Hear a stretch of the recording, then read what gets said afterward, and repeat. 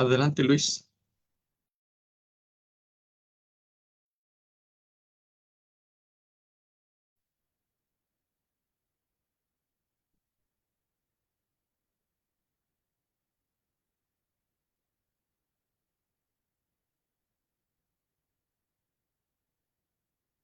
Muy buenas noches, maestras y maestros de nuestro continente. Mi nombre es Luis Rey Guerra Chiñas, estimada y estimados asistentes.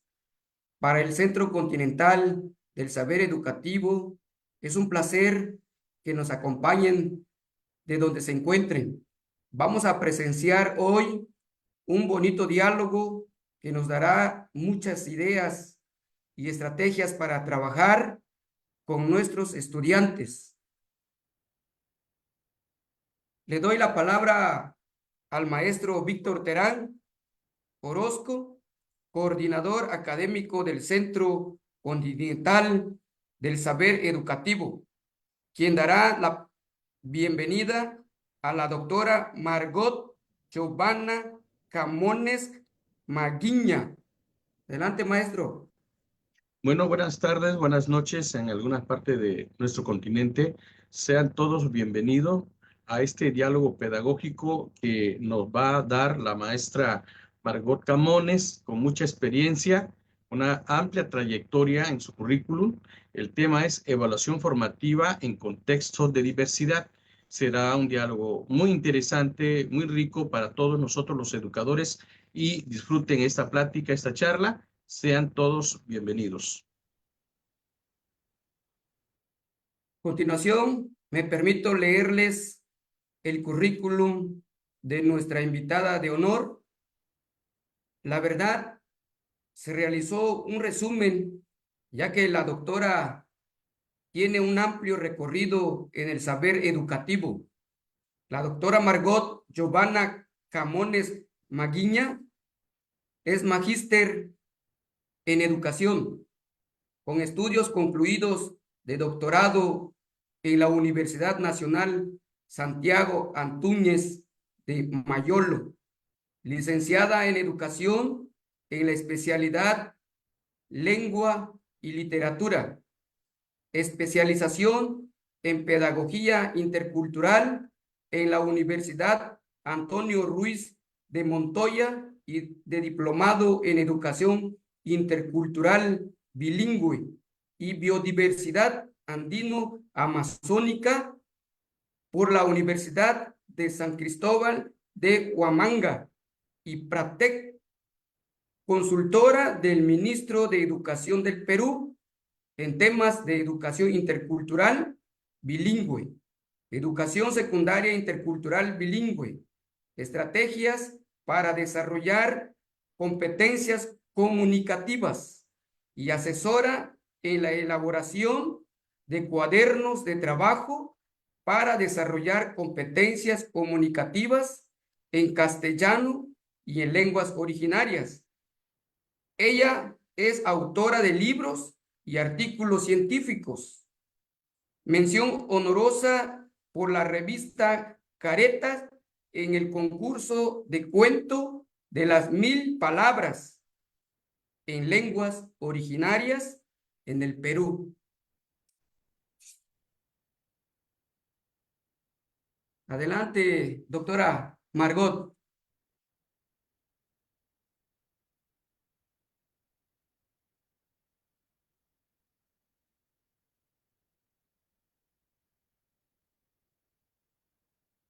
¿Nos escucha? Con el permiso de nuestra Pachamama y justamente conmemorando el Día Internacional de la Mujer, vamos a iniciar esta plática, este diálogo para el cual me ha invitado el Centro Continental del Saber, el maestro Víctor Terán Orozco, y agradeciendo a cada uno de quienes están en la sala.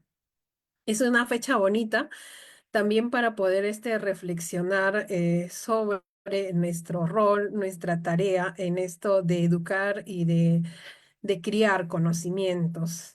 ¿Qué pasa con la mano, el corazón y la mente de la mujer cuando de estar compartiendo se trata con sus estudiantes?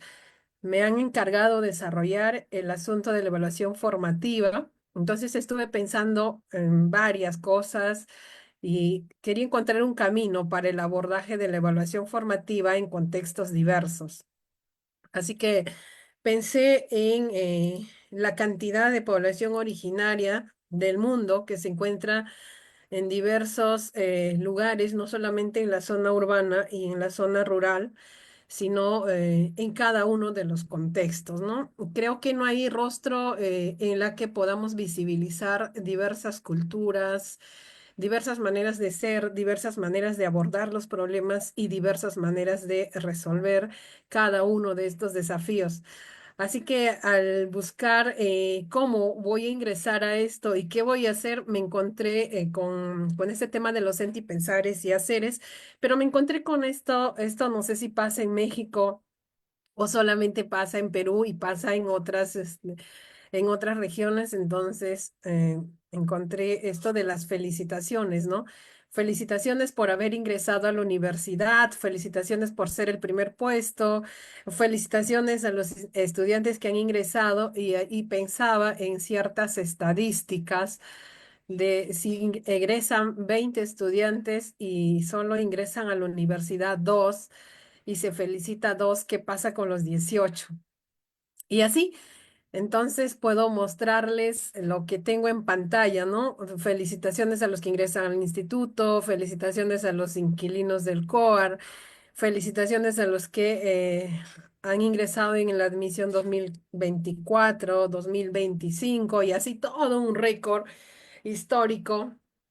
Y me ponía a reflexionar, ¿y por qué no ponemos? Entonces dejé esta pantalla en blanco. ¿Y por qué no llenamos esta pantalla en blanco de felicitaciones a quienes no ingresaron a la universidad? ¿No? ¿Por qué no ponemos felicitaciones al que no logró leer y escribir, al que no logró comprender la lectura, al que no desarrolló ejercicios o resolver los problemas matemáticos, al que no logró competencias en sociales, al que no logró competencias en construir identidad, entre otros? Entonces, ¿hacia dónde está pensado la educación? No solamente en educación secundaria, educación media o en las universidades. ¿Y qué pasa con los 2 o con los 5 que ingresan a las universidades? Si hay este proceso de seguimiento para poder pensar si ha tenido éxito en este proceso que tiene de formarse largos 5 o 6 años. Y si es es profesional exitoso, ¿en dónde está ubicado, ¿no? Aquel que hemos felicitado. Entonces, yo quisiera llenar esto y quizás al final nos atrevemos a llenar a quienes deberíamos felicitar más, aparte de los que han ingresado a la universidad. O sea, solamente privilegiamos el saber, porque el ingreso a la universidad es justamente eso, ¿no? El privilegio del saber.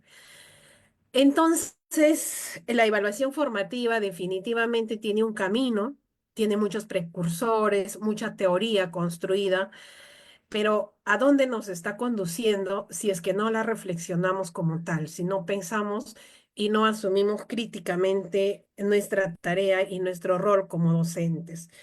Y por acá se me ocurría ciertamente poner algunas ideas a manera de resumen. ¿Qué es la evaluación formativa en nuestro sistema educativo mundial? Está pensado en estas diferencias que hay, porque las ciudades, como vuelvo a decir, no son ciudades puramente monoculturales, quizá monolingües, pero no monoculturales, ¿no? Pero también no tienen una misma forma de resolver los problemas. Entonces he visto la evaluación formativa desde la concepción eurocéntrica. ¿Cómo somos? ¿Cómo es el ideal de persona que estamos pensando desde nuestro rol, desde nuestra tarea como docentes? Y ahí me ponía a pensar, ¿es racista la evaluación formativa que desarrollamos? En este caso, ¿cuál sería nuestro punto de partida? Entonces, ¿por qué se caracteriza esta evaluación formativa? Definitivamente diríamos que es una evaluación colonial. Está estandarizada y muchas veces descontextualizada. ¿no? De la realidad en la cual se desarrolla, pero además está desterritorializada, porque ciertamente no tiene un contexto social comunitario, porque está pensado en la homogeneización de la persona, ¿no? Entonces está pensado en una meta, en una forma de ser de las personas, pero esta forma de ser está pensado en un ciudadano que tiene ciertas características. Y estas características se orientan a este ideal de persona que va a lograr progresivamente desarrollar sus competencias. Entonces, desde que se piensa sin contexto, porque se piensa en el hacer del estudiante y no en el actuar en el lugar donde está, entonces estamos pensando definitivamente en una evaluación juzgativa, ¿no? Que juzga lo que hace el estudiante, pero no la juzga para mirar la aplicación que está haciendo, sino por el contrario, está tomando, en este caso, no está asumiendo su aporte cultural significativo que posee el ser o que posee el estudiante. Entonces, no se toma en cuenta las epistemias desarrolladas por los pueblos originarios y por las comunidades en sí. ¿Qué pasa?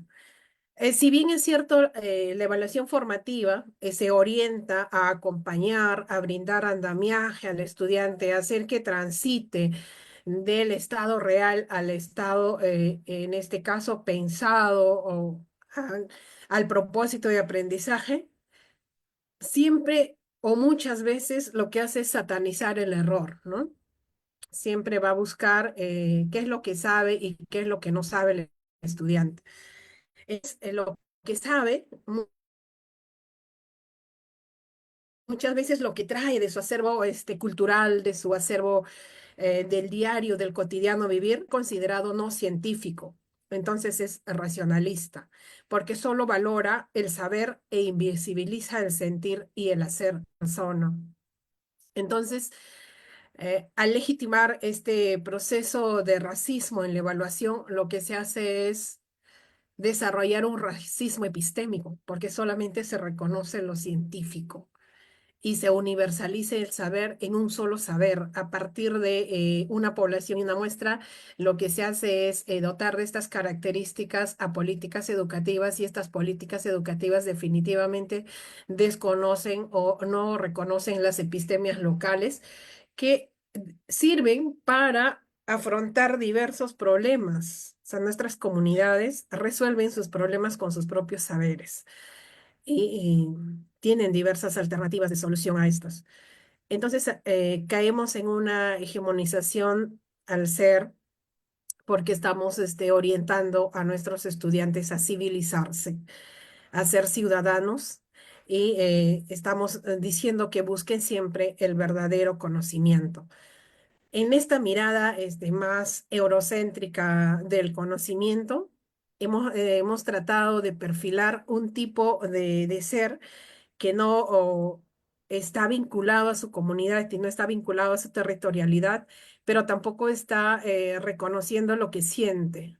En este sentir, entonces vamos a encontrar estas características como otras que tiene el carácter formativo colonial de la evaluación.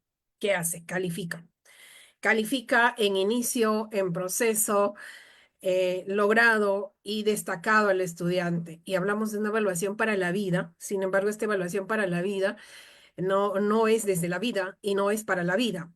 Entonces, esta evaluación desde los diversos aportes teóricos es una evaluación y un desarrollo de actividades muy antropocéntrica porque está pensado en el hombre, en el dominio del hombre hacia lo demás y todo se convierte en recurso. Y este dominio nos está llevando a una crisis, ¿no?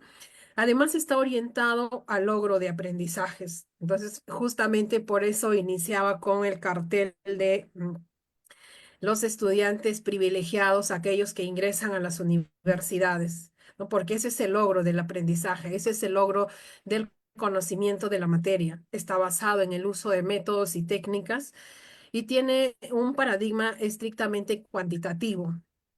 porque suma, ¿no? ¿Y a dónde se orienta? Se orienta al control social. Lo que busca esta evaluación es tener el control social al diseñarnos un tipo de persona. Entonces es estrictamente homogéneo para todos, ¿no?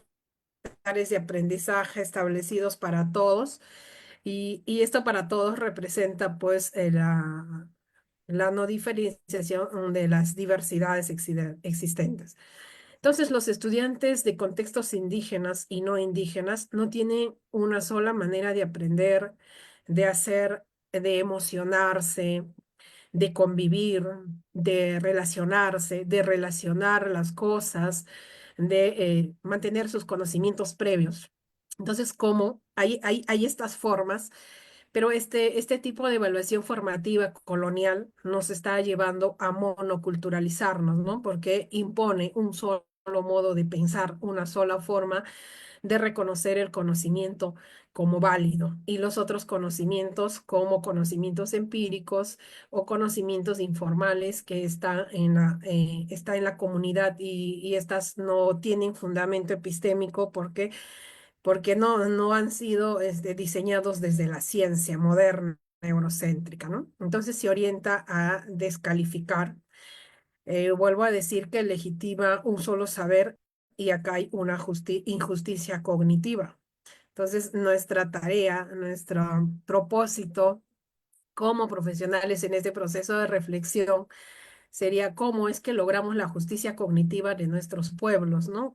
Hablamos de justicia lingüística, de justicia cultural o derechos lingüísticos, derechos culturales, pero cómo hacemos que a través de este proceso que nos corresponde a cada uno de nosotros desarrollar como maestros y como maestras nos va a llevar a lograr esta justicia cognitiva.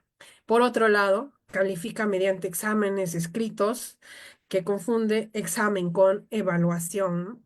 Si bien es cierto, hablamos del desarrollo de competencias para el cual la evaluación formativa es un camino, es un proceso mediador que ayuda a lograr las competencias.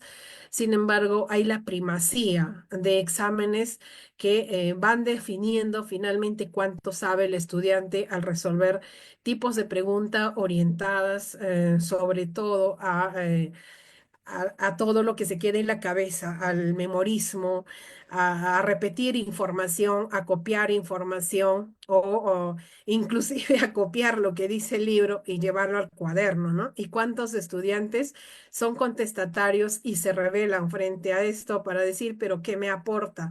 Porque no le damos esa oportunidad. Entonces es excluyente, porque aquel que sabe matemáticas es más inteligente que aquel que sabe comunicación o sabe otras materias, ¿no? Es mucho más inteligente el que sabe ciencias que aquel que domina deportes y sanciona al que no sabe. Entonces, siempre se logra poner estereotipos, ese no sabe, ¿no? O es un tonto, o es aquel que él no responde. Entonces, tenemos un prejuicio estereotipado en nosotros y eso es lo que genera, pues, que nuestros estudiantes tampoco tengan esa libertad de desarrollar y mostrar sus emociones como tales, ¿no? Es individualista, está normalizada estas formas de calificar, estas formas de entender la evaluación. Tiene un fin económico definitivamente.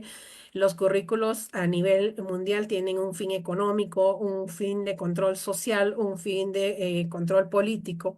Entonces, por ello son más universalistas. Además, estamos usando instrumentos para medir habilidades y nos dice en la misma definición de competencias, nos dice, ¿no? Hacer uso de habilidades o movilizar las capacidades, las habilidades, las destrezas del estudiante. Entonces, es ideológico, definitivamente en nuestra forma de desarrollar competencias y lograr en ellas responde a este fin ideológico.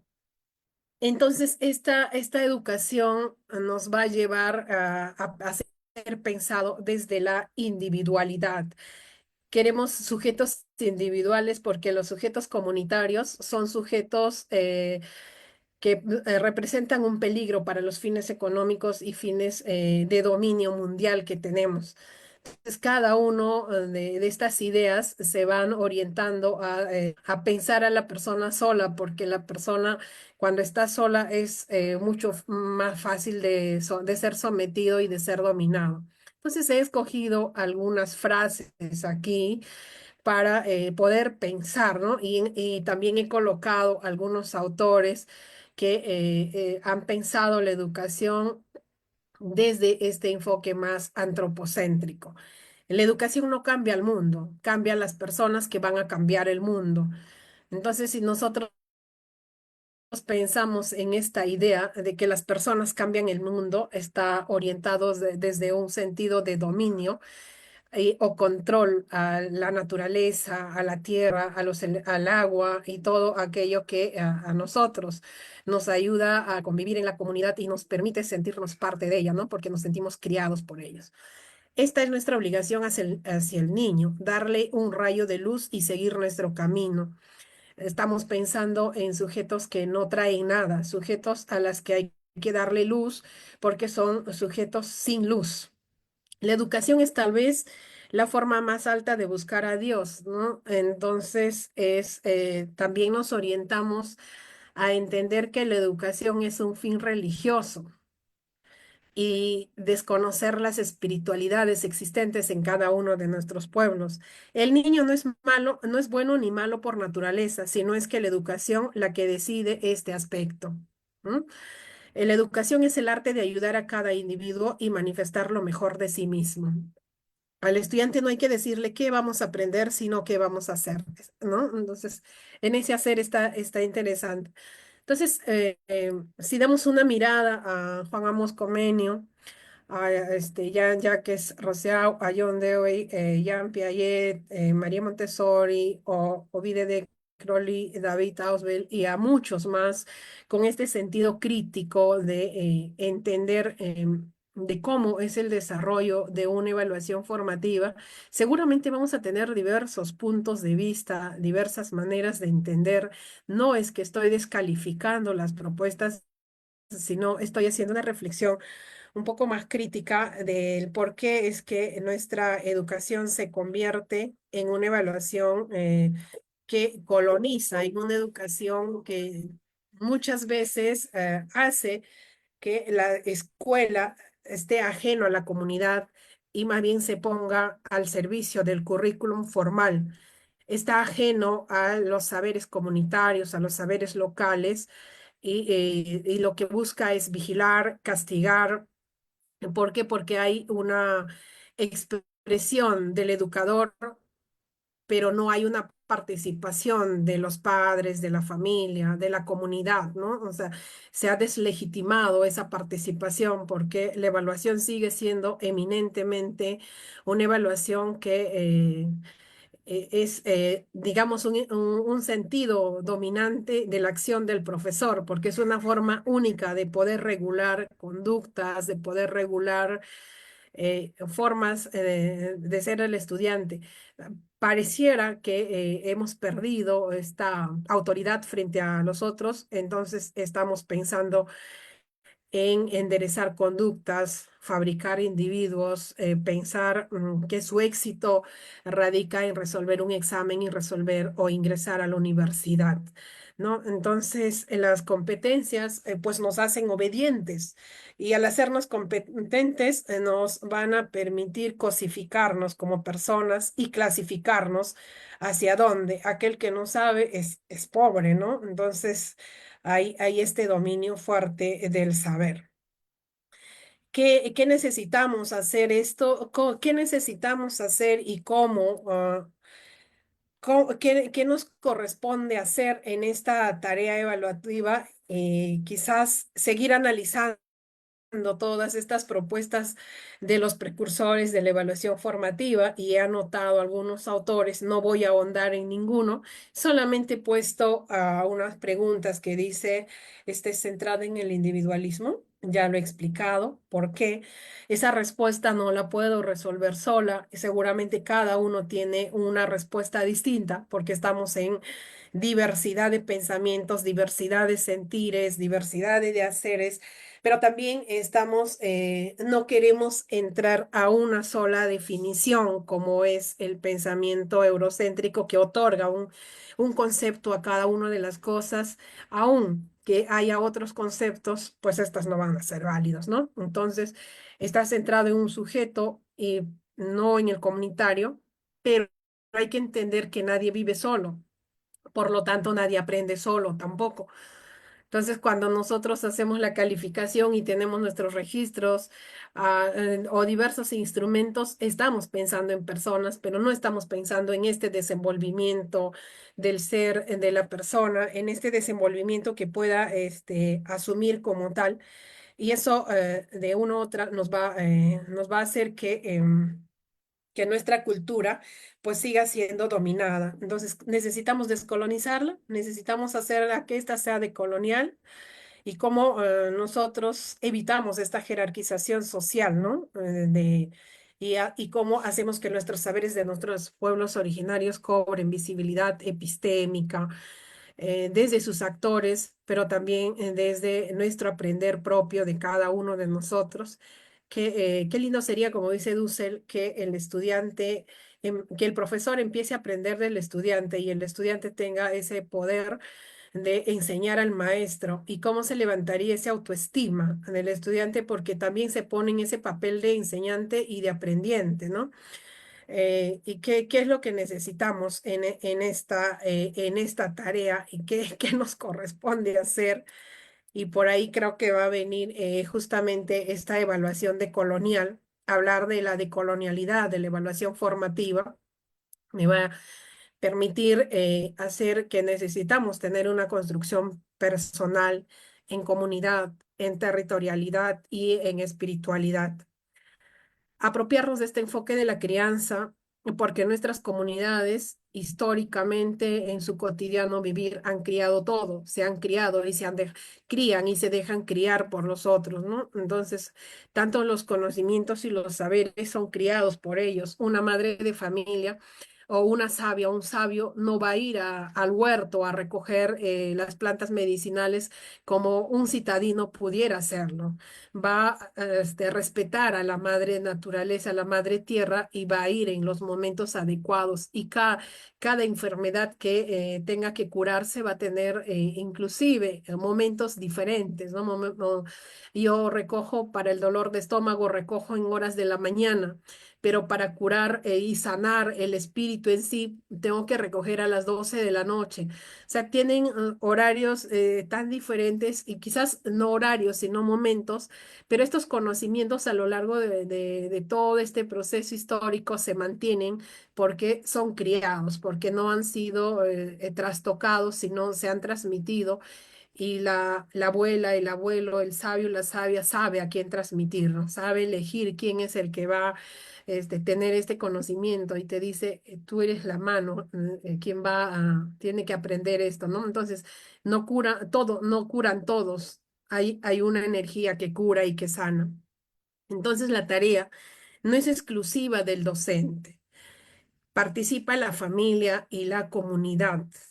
Entonces, lo justo es que si yo enseño a curar a mis hijos, a mis nietos o a los hijos de mis vecinos o de otras comunidades, yo, sabia o sabio, tenga que evaluar cómo está aprendiendo, ¿no? Entonces, ahí como que la evaluación se convierte en un proceso colaborativo, en un proceso en el que no es exclusivamente del docente. Y la palabra trasciende y tiene poder. La palabra no cae en vacío en las comunidades. Y esta también tiene relación con nuestro ser, con nuestras emociones, ¿no? Muchas veces decimos, lo que he dicho no necesita ser firmada, no Hello, necesita ser escrita, ¿no? hello. Toma en cuenta el ser, el sentir, el hacer y el convivir. Los estudiantes de contextos indígenas y no indígenas no tienen esta sola manera de pensar que también la he puesto, pues hay diferentes formas y la evaluación debería orientarse a ser un modo de vida, no para aprobar o desaprobar. Debe estar fundamentada en la palabra, debe ser más interactiva y considerar lo diverso. ¿Qué es lo diverso? Solamente lo diverso está en la alimentación. Fíjense que la diversidad de alimentos es un asunto bastante interesante porque si descolonizas la barriga, descolonizas todo, ¿no? Entonces, la descolonización de nuestros alimentos, al considerarlos sagrados, van a permitir que nuestras formas de pensar cambien, nuestras formas de ser cambien. Entonces, ahí tendríamos que pensar también en esta independencia cultural, la construcción en comunidades. Esto ya encontramos en el currículo cuando dice que el currículo necesita estar en su entorno, ¿no? Hacer que esto sea más sociocultural. El aprendizaje es mutuo, no solo es entre docente y discente, participan los otros seres de la comunidad, pero en estos seres de la comunidad no solamente son las personas, o sea, personas humanas. En la comunidad se entiende y se vive con los otros elementos al considerarlos como persona. El agua es una persona, el aire es una persona, el sol es madre, ¿no? Entonces, incluso el agua toma la connotación de madre y es la madre que nos cría, pero también es la madre que nos da vida y da vida a todo lo existente. Entonces, en esta concepción de que todo en la comunidad tiene vida, se contrapone con el conocimiento eurocéntrico que dice que la clasificación de los recursos son recursos renovables y recursos no renovables, ¿no? Entonces tenemos otra mirada, otra forma, pero ¿qué pasa con lo que sabe el estudiante? ¿Qué pasa con ese conocimiento previo que trae de la comunidad? Las culturas dialogan de manera horizontal y acá necesitamos hablar de diálogo crítico de saberes y el reconocimiento de saberes y conocimientos propios de los pueblos originarios, una educación con comunidad y en comunidad y para la comunidad. ¿Por qué? Porque los problemas o la crisis civilizatoria afecta a la comunidad, está en la comunidad, surge de la sociedad, ¿no? Entonces, allí vamos viendo. Entonces, yo he recogido algunas ideas para encaminarnos un poco a cómo debería ser o en qué basamos nuestra tarea de hacer una evaluación formativa de colonial. Yo había puesto de título la evaluación formativa en contextos diversos, pero esta tiene una estricta relación con la evaluación de colonial. Así que tomé la idea de Ausubel. Recuerden que Ausubel fue becado y realizó estudios en una comunidad originaria y por eso advierte que un mal funcionamiento educativo podría resultar en una grave privación cultural. ¿Mm? Entonces, esa nos va a permitir reflexionar bastante. Freire, por su parte, propone una educación liberadora orientada a desarrollar la conciencia crítica de la realidad social y política en la que viven. Entonces partimos de una realidad y esta realidad está en un lugar, entonces está también en un tiempo, ¿no? Miñolo, por su parte, busca que el ser donde se piense, ¿no? Eso es lo que dice Miñolo, y promover un cambio radical epistémico, hermenéutico en la producción teórica e intelectual. Ir a la pluriversalidad, porque en esta definición de universidad hemos invisibilizado el tema de la diversidad existente, ¿no? En la sociedad. Quijano, por su parte, Mignolo tiene las ideas basadas en las ideas de Quijano, de Fanon y de Dussel, y cimienta sus propuestas allí, por eso he colocado en este orden. Y Quijano habla, y justamente por acá había puesto estas ideas de colonialidad, del poder, del ser y del saber que propone Quijano, que por cierto es un paisano mío, descolonizar el saber, la libertad de pensar y escribir. Y ahí tengo una idea de cómo es que la escritura y la lectura parametra al estudiante y no le deja desarrollarse como tal, porque siempre está pensado desde las reglas establecidas por ciertos parámetros, y entonces al verse en esos parámetros el estudiante no tiene libertad. y la necesidad de pensar, su repensar para su liberación individual y social. Por otra parte, Fanon dice, los derechos humanos de los ciudadanos no pueden ser copiados para los pueblos originarios y las periferias urbanas, porque ciertamente hay estas diferencias establecidas, las que hemos ido hablando, ¿no? Además, he cogido las ideas de Dussel, que habla de la descolonialidad epistemológica, y he copiado tal cual esta idea a un inventor, a un creador, hay que formarlo, y para formar a un inventor, no a un repetidor, comentador o sucursalero, para reconstruir la ciencia mediante el diálogo de saberes. Entonces, creo que en esta evaluación formativa lo que estamos haciendo es que nuestros estudiantes se conviertan en sucursaleros, porque lo que buscamos es que repitan ideas, que copien ideas del otro, ¿no? Cuando, por ejemplo, les decimos que hagan un mapa conceptual a manera de resumen de las ideas de tal autor, o pedimos que la historia sea representado así. Entonces, lo que está haciendo el estudiante es justamente repetir estas ideas, acoger las ideas y no ir más allá a un pensamiento más crítico, ¿no? Grossfogel, por su parte, habla de que la decolonialidad es un proyecto de diversidades epistémicas, ¿no? Entonces, estamos en una sociedad donde hay esta primacía de diversidades epistémicas, sin embargo, no la visibilizamos, invisibilizamos, ¿no? La solución a las desigualdades sociales requiere alternativas más allá del colonialismo y el nacionalismo y de pensar eurocéntricos, primermundistas y tercermundistas. Entonces nos toca cuestionar la modernidad. Definitivamente, esta es nuestra tarea para llevar al aula. He cogido también la idea del doctor Juan Carlos Sánchez Antonio, que propone transitar al diálogo mundial de saberes, reconociendo las epistemologías silenciadas para hacer frente a la crisis civilizatoria.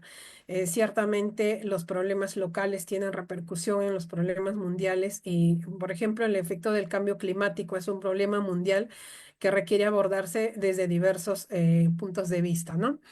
Y he tomado otra idea de mi paisano Francisco Vázquez Carrillo, de la cosmopedagogía, un tejido de saberes. Él habla de la armonía de la educación con la tierra y educación con la vida, para la vida y desde la vida.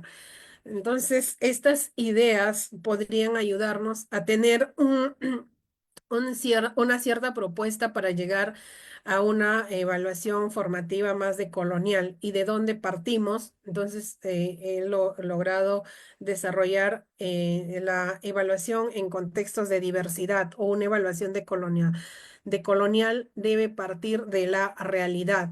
¿Para qué? Para hacer cambios. Si no se hace cambios en esta realidad, definitivamente nuestra tarea no está cumpliendo su función social, y nosotros como maestros no somos los actores políticos de la comunidad, los actores sociales que estamos orientados a generar cambios, pero no estos cambios que nos lleven a desterritorializarnos o a descomunalizarnos, porque estamos pensando que en nuestras comunidades no hay desarrollo o no se es exitoso.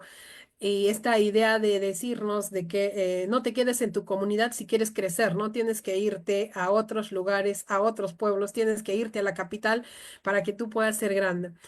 Entonces, es estos cambios con identidad.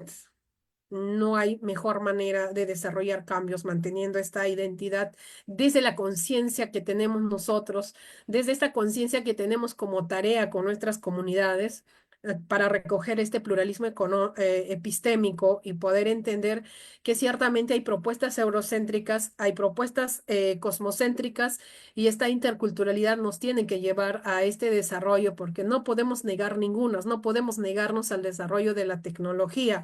Tampoco podemos negarnos al desarrollo al avance de la ciencia, ¿no? Pero cómo nos desenvolvemos en estos espacios manteniendo lo que son. Entonces,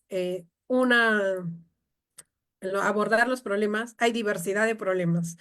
Hay un montón de problemas que hay que resolver, pero también hay diversidad de soluciones. No hay una sola solución como algunas veces la pensamos desde la institución educativa. En este abordaje de los diversos problemas, lo que tendríamos que es evitar, por ejemplo, colocar preguntas que puedan colonizar y respuestas que también colonicen. Entonces, esta reflexión es importante y esto aborda Grossfogel. Dice que las preguntas que colonizan pues exigen también preguntas colonizadas y que no se quede con esto el estudiante. Entonces, esa diversidad de soluciones tiene que estar en los sentires, pensares y decires. Entonces, como han dicho varios autores, el hombre para la vida, y acá necesitamos hablar de un diálogo más crítico, porque nuestros saberes no pueden dialogar con los conocimientos científicos y los conocimientos científicos que vienen de 5 países sobre todo, ¿no? De conocimientos de personas que han investigado ciertamente, son referentes mundiales, pero que tienen una estricta relación con 5 países que dominan el mundo.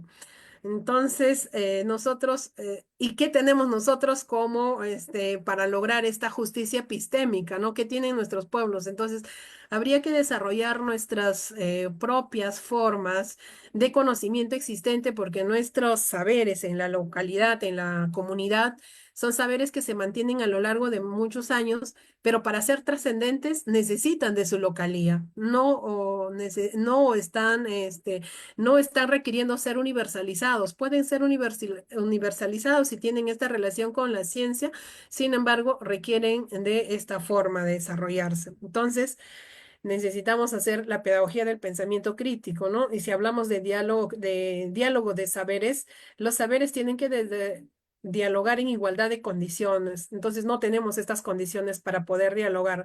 Creo que estaríamos llegando a un diálogo de saberes y de ignorancias por ese lado, ¿no? Entonces, estos saberes, estos conocimientos están ligados directamente con la subjetividad de la persona.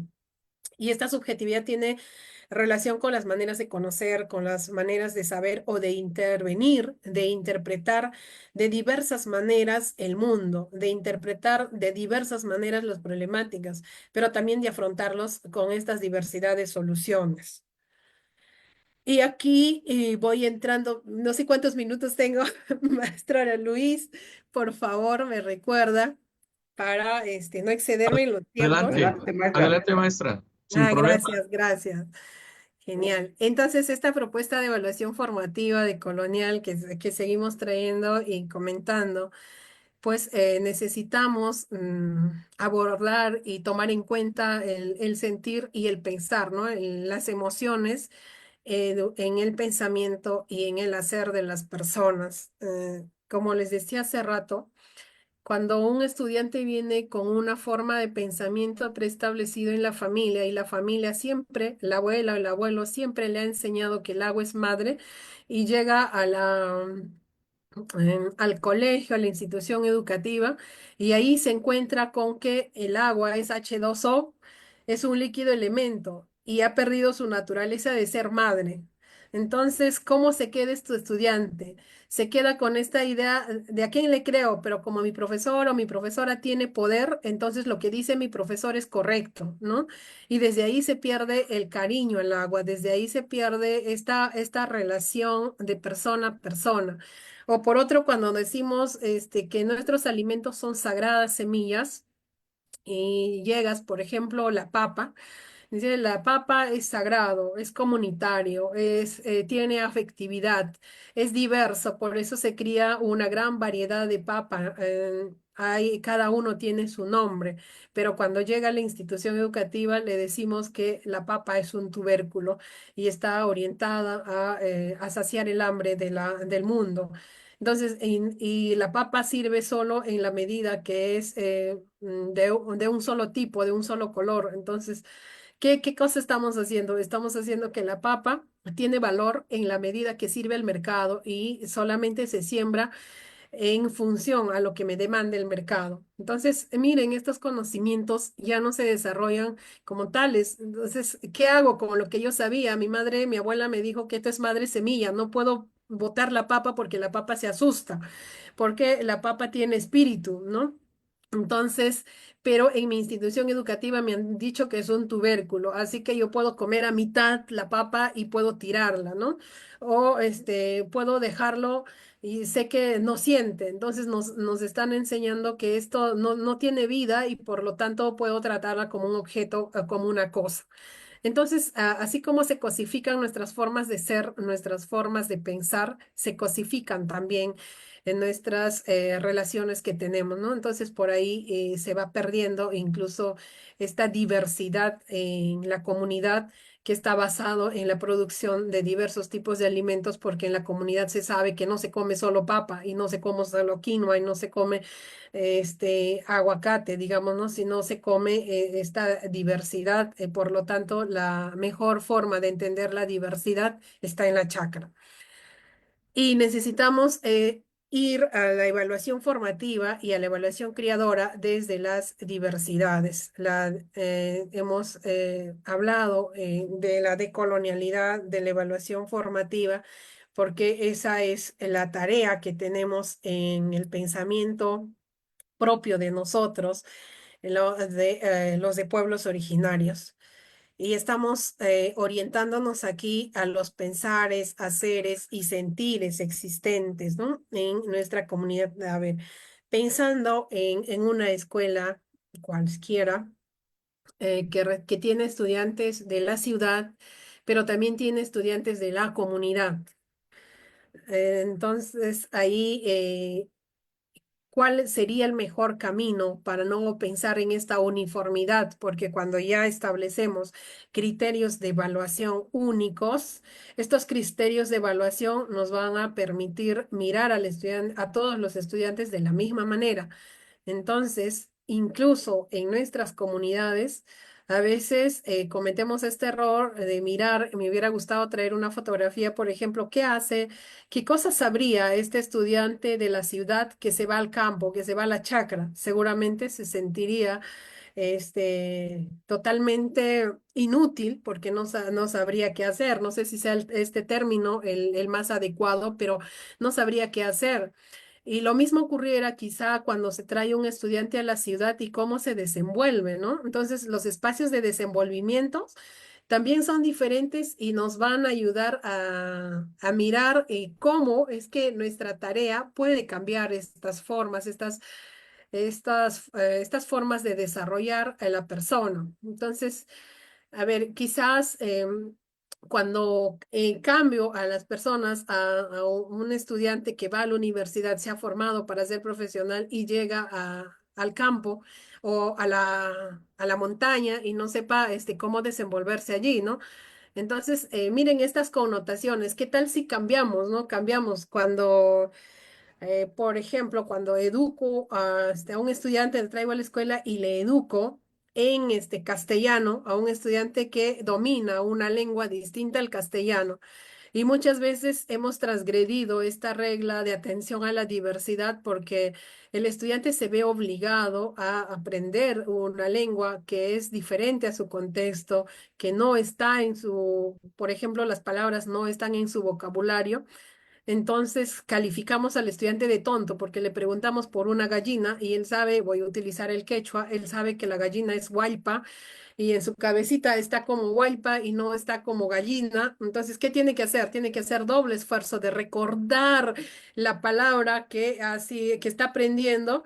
Entonces, no puede responder con facilidad, se va a quedar callado. Y entonces cuando se queda callado el estudiante, pues estamos calificándole de no saber, ¿no? De tener un coeficiente intelectual menos. Estas son a veces las reglas. El conocimiento integrado a las emociones y que todo aquello que se aprende, pues tendría que terminar en un hacer o por lo menos en una acción que el estudiante sea consciente. La evaluación en este caso sería participativa, como ya dijimos que la evaluación no debe ser estrictamente escolar de parte del profesor, sino cada quien enseña. Si el carpintero enseña a hacer carpintería, es la autoridad para poder evaluar, ¿no? Si la savia enseña a curar las enfermedades, es la autoridad para poder evaluar. Naturalmente, el profesor no tendría que perder esta naturaleza, sin embargo, como que encuentra una colaboración en los demás.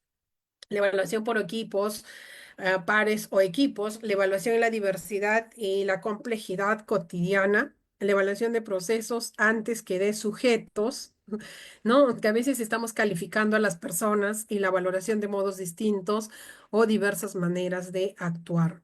Entonces, no solo respeto para el desarrollo de las diversas cognitividades y sentires de los estudiantes, y esto he complementado con el tema del diálogo crítico de saberes, porque a veces pensamos que la educación intercultural es respetar esta, ¿no? O respetar y colocarnos en un desarrollo de la interculturalidad más relacional y no transitar a la interculturalidad más crítica, como propone Catherine Walsh.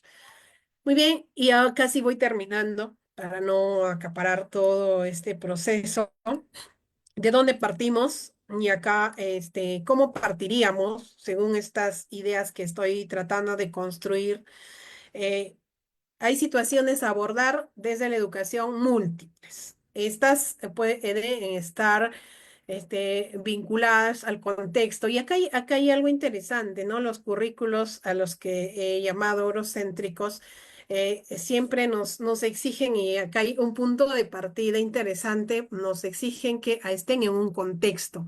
Entonces, la planificación de saberes, la planificación del desarrollo de competencias, está estrictamente relacionado a la evaluación. No, pues, son procesos interdependientes. Si yo pienso en la mediación, tengo que pensar en la evaluación. Entonces parten de un contexto. Estos contextos son las sociedades o son las comunidades.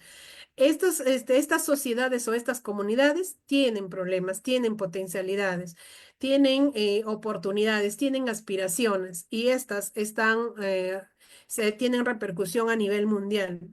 Entonces, esta vinculación a la planificación del contexto, Perrenau habla y dice: ¿qué es lo que el estudiante tiene que saber para saber que está desarrollando competencias y poder desenvolverse en la comunidad, ¿no? O sea, para poder resolver problemas y afrontar realmente los problemas. Afrontar realmente los problemas está orientado al hacer. Entonces, ¿qué es lo útil para la vida, ¿no? Y en este proceso de planificar desde el contexto, nos exige también conocer al estudiante. ¿Cómo es el estudiante con el que voy a trabajar? ¿De dónde proviene? ¿Cuál es el antecedente familiar? No sé, cómo se piensa, qué, qué potencialidades me trae, qué conocimientos trae consigo, qué saberes mantiene, etcétera, cosas. Entonces, este conocimiento nos va a llevar a un abordaje mejor de los problemas como alternativas a la crisis que se vive a nivel mundial. Y esta crisis tiene que ver con el tiempo, con el proceso de cambio climático, con el tema de la seguridad alimentaria, con el tema del agua, con el tierra, con el tema mismo de la tierra, ¿no? O sea, cómo es que estamos perdiendo nuestras tierras por el excesivo uso de elementos químicos. Entonces, estas múltiples alternativas tienen que estar en las situaciones a abordar con los diversos actores para dejar de ser de control solamente del docente. Y acá, en este diálogo crítico de saberes, lo interesante que tenemos del pensamiento eurocéntrico es que tenemos propósitos de aprendizaje. Pero en esta mirada más de colonial, estos propósitos de aprendizaje tienen que partir desde el diálogo crítico de saberes, porque por el sentido social y comunitario del abordaje que deberíamos hacer. Y por otro lado, tenemos también criterios establecidos, pero estos criterios tendríamos que manejarlos nosotros. Otra vez, si acá estamos pensando en los propósitos de aprendizaje desde el diálogo crítico de saberes y desde el pensar de la justicia cognitiva, desde las diversas epistemias, entonces nuestros criterios de evaluación tendrían que orientarse a eso, ¿no? Al manejo de las diversas epistemias y nuestras fuentes de consulta o nuestras fuentes en las cuales nuestros estudiantes basan su hacer, basan su escritura, tendría que estar desde los conocimientos científicos, pero también desde los conocimientos en la localidad. Entonces tendríamos que obtener información desde diversas fuentes, fuentes directas y fuentes indirectas. Nuevamente el diálogo crítico de saberes, en este caso, no solo el docente, ni solo en el aula. Hay diversos espacios más allá del espacio áulico que nos podrían permitir desarrollar competencias y ayudarnos a esta evaluación formativa. ¿Qué tenemos además en el currículo, en los currículos que necesitamos que nuestros estudiantes obtengan un producto? Entonces, en esta mirada inter o pluriepistémica, tendríamos que estar vinculando a la vida y llevar al hacer o al cambio de actuar. Si nosotros decimos que la Coca-Cola es dañina, entonces nuestro estudiante, o si nosotros decimos, tenemos el enfoque ambiental, que es un enfoque que se trabaja a nivel universal. Entonces yo como profesor no puedo estar fomentando el uso de descartables en cuantas fiestas ocurran en nuestra institución educativa, ¿no? Entonces tendría que partir desde mi ser hacia el hacer de los demás, porque si yo digo enfoque ambiental y en cada fiesta que se me ocurre utilizo descartables, pues no tengo enfoque ambiental, ¿no? Entonces no tengo este enfoque de crianza con la madre tierra. Ah, ya con esto voy terminando. Entonces, como propuesta, traigo la transversalidad de la lectura, escritura y oralidad en la evaluación formativa de Colonial. En las áreas de ciencias, los estudiantes leen, escriben y hablan. En las áreas sociales, los estudiantes leen, escriben y hablan. Entonces, este es un asunto más institucional, es un asunto más comunitario, más social, ¿no? Porque no dejamos de ser seres sociales y por lo tanto estos tres elementos están presentes en nuestra vida, en nuestra cotidianidad. Entonces leemos, escribimos y hablamos permanentemente.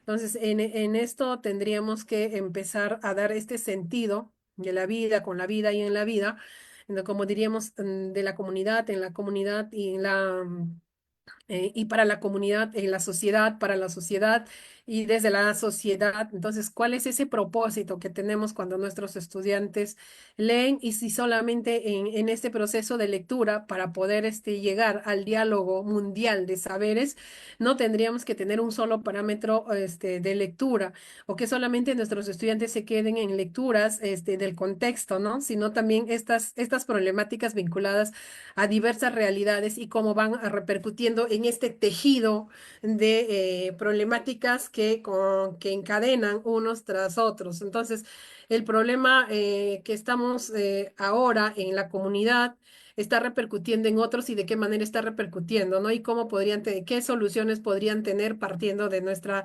localidad y qué se hace en la comunidad para el abordaje. Entonces, ahí el propósito. ¿Para quién sería este sentido de buscar al estudiante o darle esta responsabilidad al estudiante que no escriba solo para que el profesor revise y el profesor le otorgue una nota? Porque eso es lo que pasa en nuestro sistema educativo. ¿Para quién escribe el estudiante? ¿Para quién hace un ensayo? ¿Para quién hace un cuento? ¿Para quién hace una descripción? ¿Para quién hace una instrucción? Se queda solamente el profesor y el profesor es el único que revisa y es el único que reflexiona, es el único que corrige. ¿Y para qué lee el estudiante?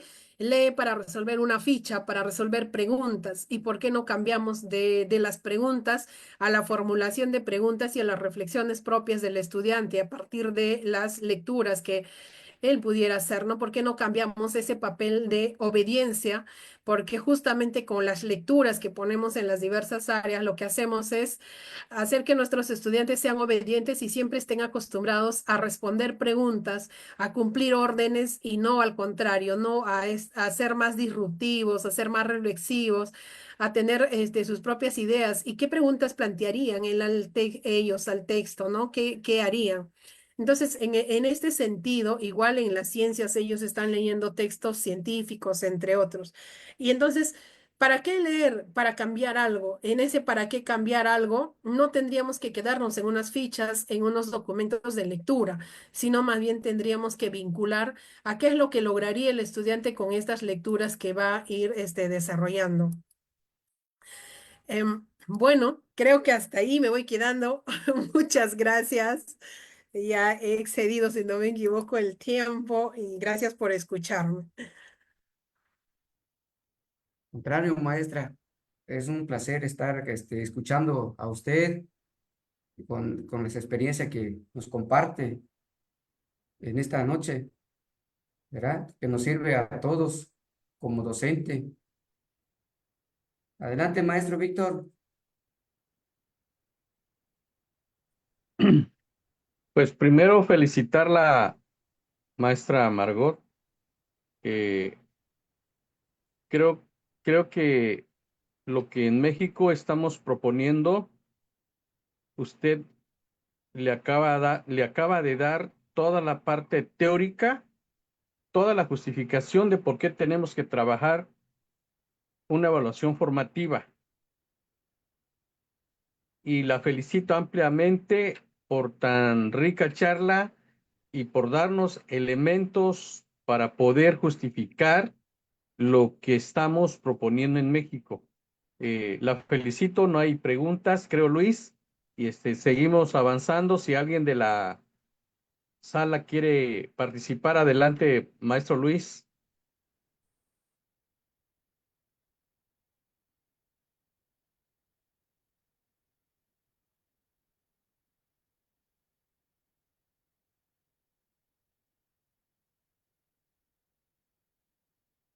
Tu micrófono, maestro Luis.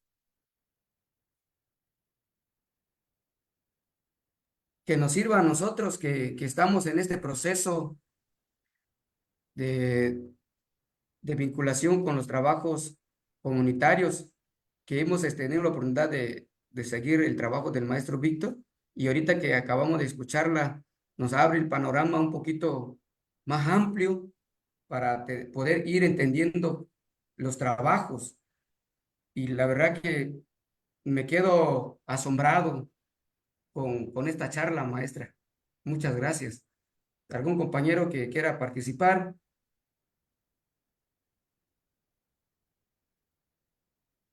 Maestra Claudia. Maestra Claudia, adelante. Claudia.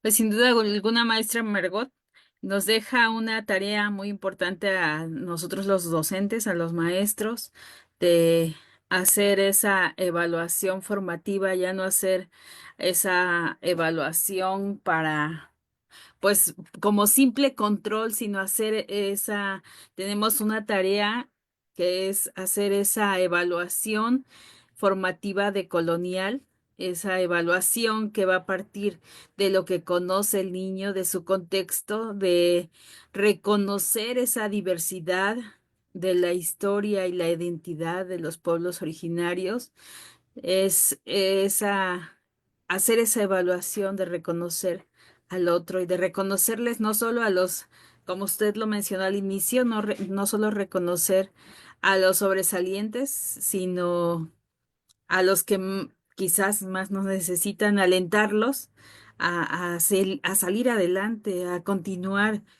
con sus estudios. Y qué mejor que hacerlo en esos contextos de equipo, en esos trabajos eh, en equipo que entre ellos van saliendo y se van animando unos a otros. Muchísimas gracias, maestra Margot, y de verdad que nos deja esa reflexión de cómo es que vamos a evaluar y cómo vamos evaluando en esta evaluación formativa a nuestras niñas y a nuestros niños. Gracias, maestra. Gracias, maestra Claudia. Adelante.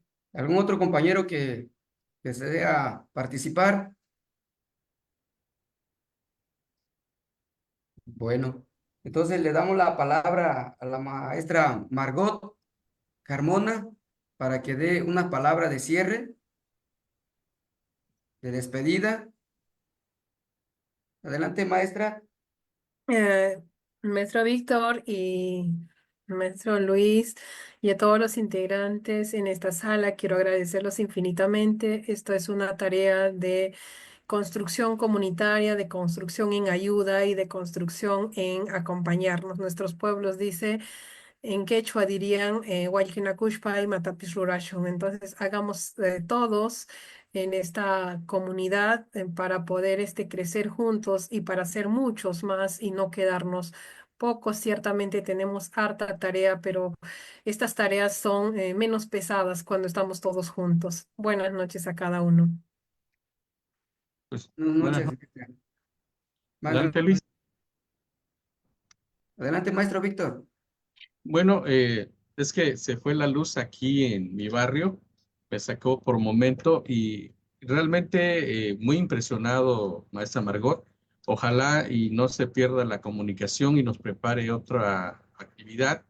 Y la felicito porque apenas aquí en México, con la propuesta educativa que se está implementando, muchos estamos atorados, tienen esa dificultad de visualizar qué es una verdadera evaluación formativa, hacia dónde se dirige, y con esta explicación que usted nos dio, toda la parte teórica, todo el sustento teórico queda perfectamente bien comprendido, hacia dónde tenemos que ir, hacia dónde debemos de caminar con nuestros estudiantes. Y le agradezco mucho su participación y espero y no sea ni la primera ni la última vez que esté con nosotros.